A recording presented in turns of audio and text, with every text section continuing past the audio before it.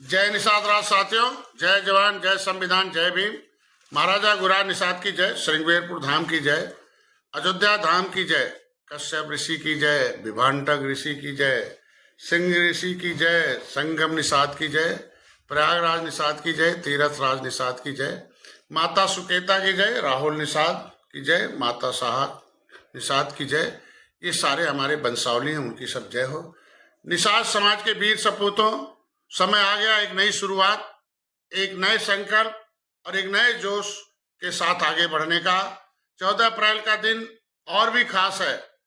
आज ही के दिन राजनीतिक योद्धा भारत रत्न बाबा साहेब डॉक्टर भीमराव अंबेडकर का जन्म हुआ था, जिसने मरे हुए समान सोई हुई कौम को संवैधानिक अधिकार लिखकर जगाया और उन्हें संविधान में लिखकर अधिकार दिलाया। उसे सम्मान, पहचान, सुरक्षा और समृद्धिशाली बनाने का अधिकार अनुसूचित जाति अत्याचार निवारण अधिनियम 1950 लिखकर उनके सम्मान, रोटी, कपड़ा और मकान, इज्जत सारा कुछ सुरक्षित किया और उससे लाभ भी लोगों को मिला। पहले सुरक्षित, वंचित, पिछड़े, दलित को धन, शिक्षा, नौकरी और जनानी और जमीन पर लेदरमैन, वाशरमैन, फिशरमैन, क्राफ्ट्समैन, आर्य, अंग्रेजों और मुगलों के लड़ने वाले खुद का सम्मान और स्वाभिमान का कोई अधिकार नहीं था। ये इस तरीके का कृत्य हुआ करता था।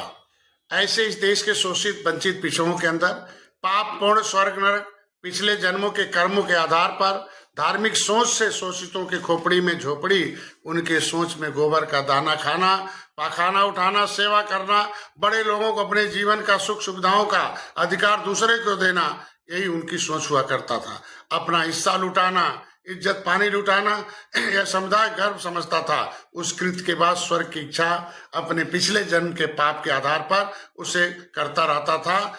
उसमें दूसरे लोगों का कोई दोष नहीं था, उनकी अपनी सोच के अंदर ऐसा कुछ हुआ करता था।